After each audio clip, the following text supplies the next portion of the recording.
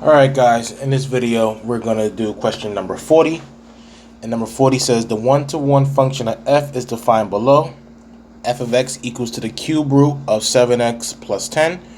We want to find f inverse of x, where f inverse is the inverse of f. Alright, so let's take the following steps to find the inverse. Step number 1, we want to find the inverse. You want to change f of x to y. So step 1. Change f of x to y, because let's not forget y is a function of x. Y equals f of x. Let's make the pen a little bit more thicker here. So now we have y equals to the cube root of 7x plus 10. Step 2 is you want to interchange x and y.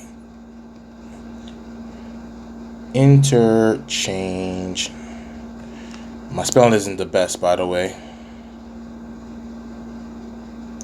So now we're going to have x equals to the cube root of 7y plus 10.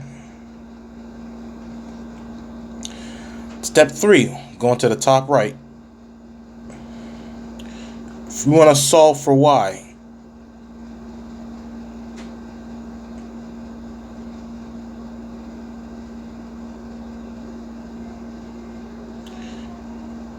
now, y has a few things attached to it. You have a 7 being multiplied to y.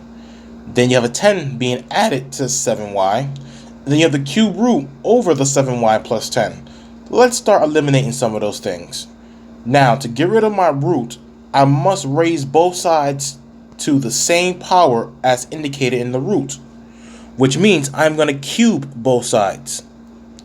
Because when I cube both sides, remember, when the index and the powers are the same, they simplify each other out. So now I'm left with x to the third equals to 7y plus 10. Let's continue solving for y. I'm going to subtract 10 from both sides.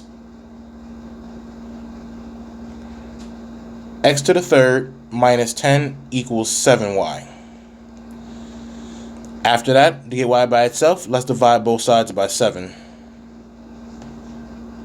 So when we do that, we have y equals x to the third minus 10 divided by 7. Last but not least, step number 4. You cannot forget about step number 4. Replace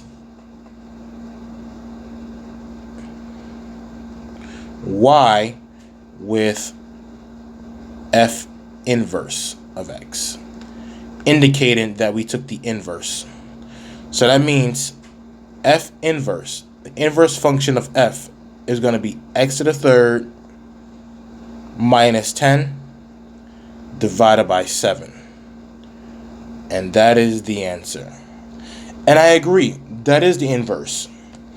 And the original function, we was multiplying the x by 7. Here we're dividing the x by 7. In the original, we was adding 10 to the term that had x. We're subtracting 10 to the term that had x.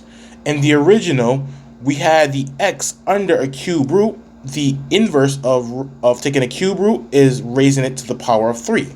The x is being raised to the third power. That is the inverse, the opposite operations. Alright guys, I'll see you soon. Take care.